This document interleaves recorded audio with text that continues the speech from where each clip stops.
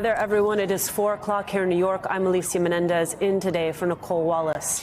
We come on the air this afternoon in the midst of breaking news still developing at this hour. A truly chilling situation unfolding right now in Moscow. Early reports indicate there was a terror attack across multiple venues in the Russian capital, including a shopping mall and a concert venue. Russian media reporting armed gunmen in combat fatigues stormed a city building while a concert was taking place before opening fire on spectators. Russia's state news agencies say at least 40 people are dead and 100 more are injured. The roof of the concert hall, which is engulfed in flames, is in danger of collapse. Just 2 weeks ago, the U.S. Embassy in Russia sent out a bulletin warning that extremists in Russia had imminent plans to target large gatherings in Moscow, including concerts. Let's bring in former CIA director and NBC News senior national security analyst John Brennan. Director Brennan, thank you so much for being with us. This is, of course, a developing situation. Can you give our audience just an understanding of the climate in Russia right now? Well, unfortunately, Moscow is not unknown to terrorist events. Over the course of the past number of years, past couple of decades, Moscow has been the scene of some terrorist attacks perpetrated by a variety of groups. Moscow is a very highly urban environment, people at the theater, and so this was taking place at a large gathering. Which is why I think the early reports are the high number of dead and wounded. It appears as though if this was some type of coordinated attack, it was carried out by a group that clearly had planned this in advance. And the fact that the U.S. Embassy issued this warning previously about extremists having plans to carry out attacks, I think it demonstrates that it was concern earlier that some groups might be carrying out these attacks. Now, I think it's quite early to speculate who might be responsible for this. But the Russians have had a past of dealing rather brutally with terrorists who engage in these types of attacks. When there were large number of hostages taken previously, and whether it be at schools or at theater, the ballet, the Russians have dealt rather severely, and the response frequently has led to a large number of civilian casualties and casualties of hostages that were taken by terrorist groups. So I'm sure that there is a whole effort on the part of the Russian security services and forces to secure these areas, isolate the terrorists, and then to deal with them, I think, again, rather directly and, if not brutally. Director Brennan, to talk about that bulletin from the U.S. Embassy in Russia warning that extremists in Russia had imminent plans to target large gatherings, released just 2 weeks ago.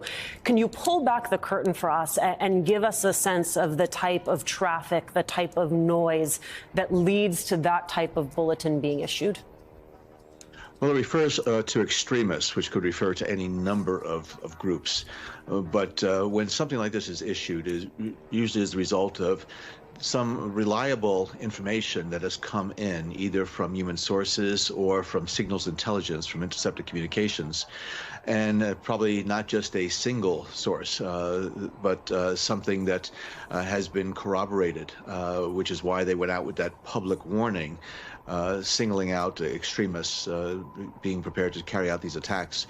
So this is something that the United States government, the Biden administration, the State Department would have been working with the intelligence community because they determined that the information or intelligence was of sufficient specificity as well as specific reliability that led them to issue that warning. Also, it's been my experience that if the U.S. intelligence had information like this about terrorist attacks taking place in Moscow, Russia, it would have been shared to some degree with Russian authorities as well, despite the fact that we are at odds with Russia over a variety of issues. If there was some type of terrorist threat information that we believe that was important to get to the Russian authorities, we would have done that. Director Brennan, that is retroactive. That is the intelligence that would have led to that bulletin. Can you talk me through what American intelligence is doing now? Well, they're clearly going to be combing any intelligence that they might be obtaining now, and trying to find out exactly, again, who was responsible for this. Again, there are a variety of technical means, of human means. I know that the president of Ukraine, President Zelensky, has come out disavowing any type of formal Ukrainian involvement. I certainly do not believe that President Zelensky and the Ukrainian government would have been behind something like this that very specifically targeted innocent civilians. So I'm sure that the U.S. intelligence community is working with some other intelligence communities to try to find out what's going on. The concern they would have is that this might be part of not just a coordinated effort that took place just now, but also whether or not this might be a part of a plan, of a series of attacks. Some other attacks might be coming forward. So I think U.S. intelligence is most interested in finding out and uncovering whether or not there are some other attacks that are currently planned, that if information is obtained on them, we might be able to stop them. Director Brennan, understanding that this is a developing and fluid situation, understanding we do not want to be speculative, but by way of understanding sort of the full picture here, can you talk us through the groups within Russia that could just simply pull off an attack of this scale? Well, when the Russians were involved in a lot of the fighting in the Caucasus, in Chechnya and Southern Ossetia and other areas, there were a number of groups that grew out of that conflict and carried the fight then to the streets of Moscow. It is possible that with what's the fighting that's going on in Ukraine now, there could be individuals who have decided to take matters upon themselves and to carry it out. But clearly there's a fair amount of dissension within Russia itself. There are Russians who are launching attacks in the western part of Russia, near the border with Ukraine, against Russian targets and Russian authorities. So there could be some domestic groups that could have been motivated because they are disgusted with what the Putin regime continues to do inside of Ukraine. There could be Russians who are upset at the continued suppression that the Russian regime is engaged in against domestic opponents. We had the recent death of Alexei Navalny. So there are a variety of groups and individuals who have their own reasons and motivations why they might decide to carry out something like this. It's quite unfortunate that it was directed against a number of civilians, and the number of dead and injured now is growing. Director Brennan, I'm going to ask you to stay with us. I want to bring in NBC News foreign correspondent Matt Bradley. Matt, this is, of course, a developing situation. What can you tell us? What is the latest?